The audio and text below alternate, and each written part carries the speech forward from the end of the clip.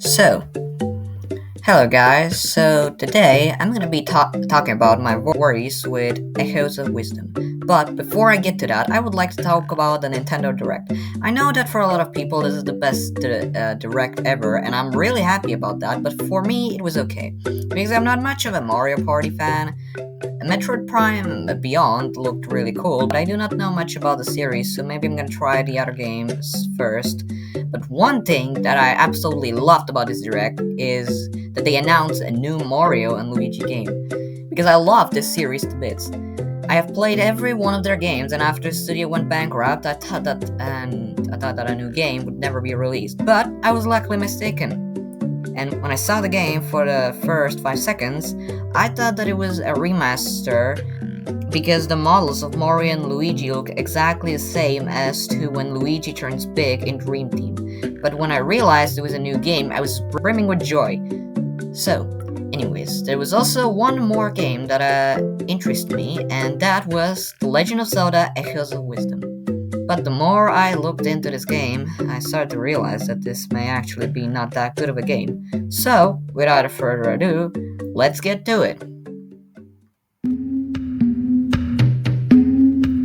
So, before I get to the story, what I'm saying may not even happen. We only got one trailer of the game, but I don't think that all of my problems will be solved in the full release because the game is gonna release very soon. So, what we got from the trailer is that Link goes into Ganon's fortress, fights him, defeats him, and a weird thing comes from the ground, and Link, I guess, dies. Zelda manages to survive, so now you play as Zelda in a Zelda game. Wow, look, the guards from Hyrule Castle are going to see if Zelda is okay. That is a huge difference, because if Link was there, no one would have acknowledged him because no one gives a crap about Link. Like, seriously, lady, I hope you marry a guy named Hansen and I brought all the materials to him so he could build a fucking village, and you only give me 50% discount on land with 2 rooms for free, and if I would actually, want to have a normally sized house, it would cost me like 10,000 rupees. Like, what the heck is wrong with you? Because, for example, in Lorraine Village, when you fend off the village from pirates, they gave me everything for free, unlike you. Well, anyway, I got a little off track. The story of the game is that you're supposed to restore the missing parts of Hyrule. The one thing that I'm most afraid if it turns true is that I heard from other people that the map of this game is really similar to the one in Link to the Past. The people who have not played much Zelda, you may be saying that they did the same thing with Tears of the Kingdom, but unlike there, the map was only used twice. But this map, if it turns out to be true, is gonna be used 3 times, and that is Link to the Past, Link Between Worlds, and now this game. Like, seriously, you can't just use the same map over and over again. Like, the first time this happened, it was cool. It was kind of a throwback to the old game. But now, this just feels like padding. I really hope the story is not gonna be about going to the Dark World just like in the other games, and you can travel there because of the holes in the overworld. Otherwise, I'm gonna lose my mind. One thing I forgot to mention is a weird Luma thing called Tree that gives Zelda a staff, but we're gonna talk about that later. So yeah, this is the end of the story section. Most of this was me complaining about the people of Hyrule and how they treat Link, but now let's get to the... So, this may be a little controversial, but I don't like how the game looks like. On some occasions, this game looks good, but sometimes it looks really bad. The weirdest part is that I actually really like how Link's Awakening looked like, even though it has the same art style. I think the reason to why I like it more is because it was a remaster and my expectations were lower, unlike when a new game releases. Also, Zelda games in general are about legends being told through the eyes of different people, and that is why almost every Zelda game has a new art style. And you may be saying, then why does Tears of the Kingdom has the same art style as Breath of the Wild? And that is because it's a sequel. Like, I think it would be weird if there was a sequel to Twilight Princess and it would have the same art style as Wind Waker. But I think Echoes of Times and Link's Awakening do not have the same story, so that is why I'm disappointed that they are using the same art style. It kind of feels like they're taking the safe route, just in case this Zelda thing doesn't work out. Because on the main cover, Link is literally bigger than Zelda. It feels like the developers of the game have no trust that the game will be successful.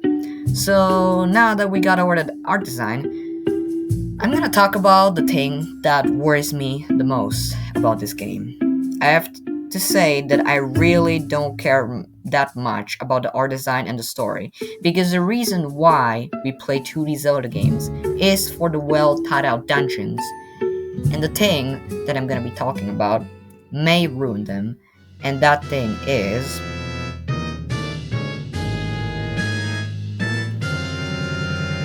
As you may remember me say before, in the game there is a weird Luma thing that gives Zoda a staff, and that staff literally allows you to do anything. You can go to an item, click on it, and get the item.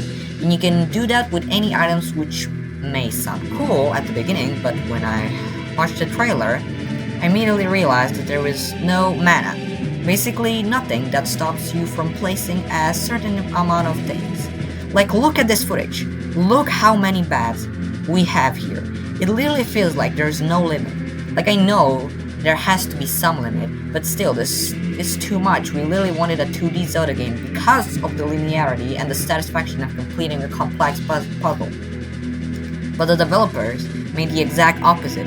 They made an open world 2D Zelda game where you can do everything. Like, what do you think is more fun? Figuring out a complex puzzle or building a staircase from chairs to get to your location? Like, I know you can still complete the puzzle, but because the game is open world, they're gonna put more effort into creating the biggest amount of possibilities, and because of that, the puzzles themselves are gonna become stupidly easy. And if you don't believe me, I have a perfect example, and that is the shrines and dungeons in Tears of the Kingdom. Even though I love this game, I have a lot of problems with it. In this game, the dungeons are better than in Breath of the Wild, but they're still not great.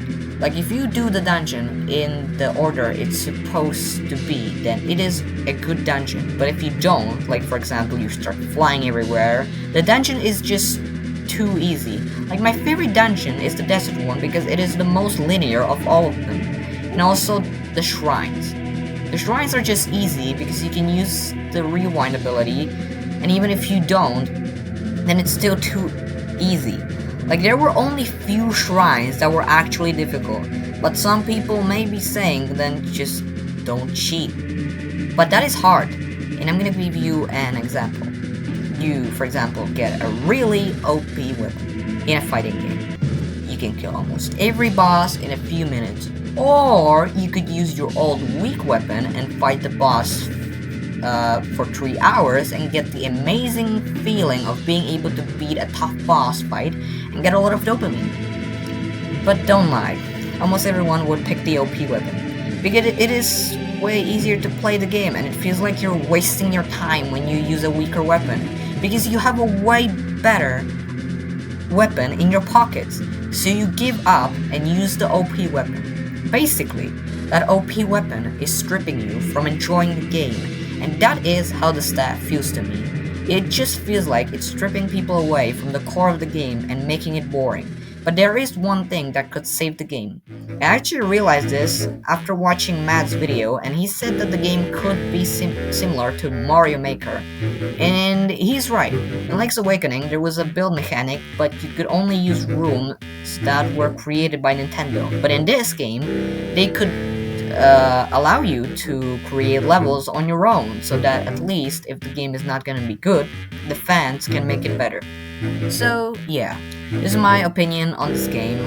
I hope I was mistaken with how the staff mechanic works and everything like that. And I guess I'll see you in the next video. So yeah, bye. So hello guys, this is me from the future. And because I was procrastinating, it was summer holidays, I didn't make a lot of progress on the video, and when I was making the video, I realized that 2 new trailers came out for Echoes of Wisdom, so I thought I could share my opinion on the 2 new trailers and also talk about how my opinion of the game has changed. So, the second trailer hasn't changed my opinion much. Like, I doesn't feel like there was any important information that I've learned, like something like really cool. Like, we've managed to learn more about the world and the people who live there, and there was also a horse, and that's cool, I guess. But the two trailer, oh boy, that one showed a lot. I had no idea that when you go inside the rifts, you're gonna be able to explore this cool place. Like, I was scared that we were just gonna have to explore the Dark World, just like in Link to the Past and Link Between Worlds, but luckily I was mistaken.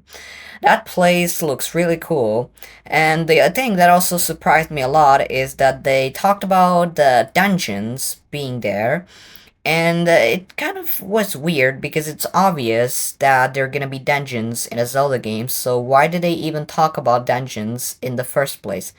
So, what I think, the reason why I think they were talking about that there are gonna be dungeons in the rifts is probably because the dungeons are gonna be optional and it's gonna be something similar to the shrines in Tears of the Kingdom and Breath of the Wild. And if that's true, then that would be really cool. It would be really cool if we would be able to get like small dungeons and we would be able to fight like a boss fight at the end of it. But the thing I'm very worried about is the staff. The staff worries me a lot still.